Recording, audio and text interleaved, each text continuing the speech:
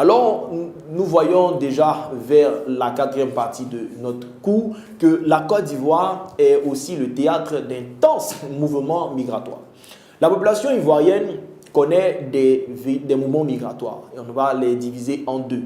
Mais d'abord, définir qu'est-ce que c'est que la migration. La migration peut se définir bien avant tout comme étant l'action de se déplacer d'un endroit à un autre pour s'y installer. Donc, le déplacement d'un endroit, ça peut être un pays ou encore une zone vers une autre zone dans le but de s'y installer.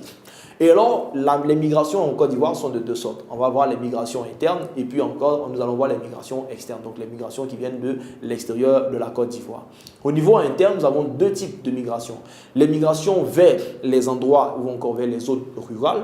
Et ces migrations se font surtout des zones, on va dire centre-nord, vers les zones ouest, sud-ouest, sud et sud-est. Toujours dans la recherche de lieux, on va dire des terres cultivables. Ou encore, c'est des raisons économiques. Et puis, le deuxième type de migration interne au niveau de la Côte d'Ivoire, ce sont les migrations au niveau de la ville, donc en direction des villes. C'est l'exode rural, donc le déplacement massif des jeunes surtout des villages vers la ville, toujours dans le but de chercher de l'emploi ou encore beaucoup d'autres activités de développement. Et puis, nous avons les migrations internationales. Au niveau des migrations internationales, elles expliquent véritablement cette particularité de la Côte d'Ivoire qui est dit pays hospitalier.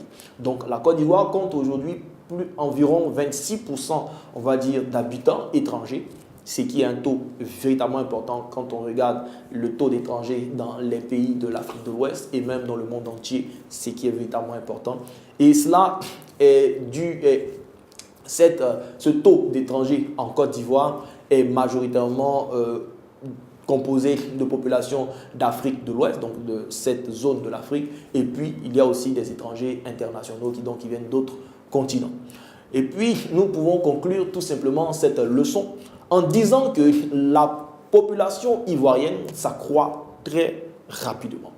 Et cela est la conséquence, on va dire, de plusieurs facteurs au nombre desquels nous avons, comme nous avons dit, les migrations internes et les migrations surtout externes et ce véritable taux de natalité que nous avons en Côte d'Ivoire.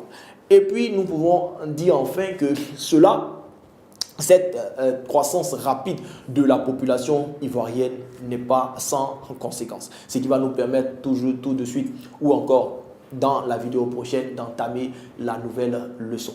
Merci donc de m'avoir suivi.